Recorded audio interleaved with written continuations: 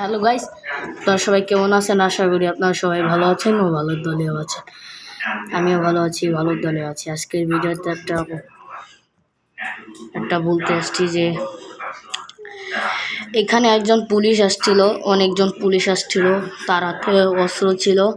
তো সেই পুলিশগুলো আসছিল, তা আমি জানতে পারলাম যে তার ওয়াইফ বলে তাকে আটক করে তারপরে সে কোন জায়গায় যেন পালিয়ে যায়, বান্দরবন না কোথায় যায় সেটা আমিও জানি না। তো আমি জানতে পারলাম যে পুলিশেরা আসলো, অনেকজন আসলো। এখন আমাদের বাড়ির দারোয়ান দরজাটা আটকে দিয়ে গেল। মানে আমি যখন পড়তেছিলাম তখন আমি দেখতে পাই যে ওখানে একজন মানে এমন ঠাস করে আওয়াজ হচ্ছে, আমি দেখতেছি যে এখানে একজন বন্দি আছে, তাদেরকে আটক করে সেখানে বন্দি করে রাখা হয়েছে। এবং আমি জানতে পেরেছি যে এই জায়গাটায়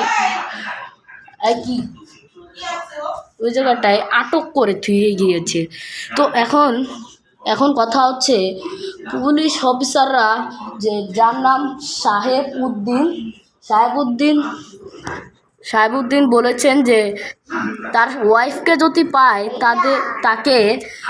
তাকে বলে মেরে ফেলবে, এগুলো বলেছে। সে কিন্তু পুলিশ অফিসার ছিল।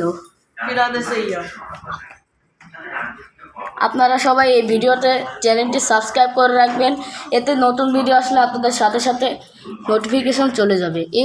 এই যে মহিলাটা অনেক কান্নাকাটি করছিল, এরা আমাদের বাড়ির সামনে আমাদের বাসায় টাং করে দেখতেছে। এই যে নখে যেখানে আমি ক্যামেরাটা ঢুকিয়ে দিয়েছি সেই জায়গাটায় দেখে এভাবে হুকি মারে দেখে।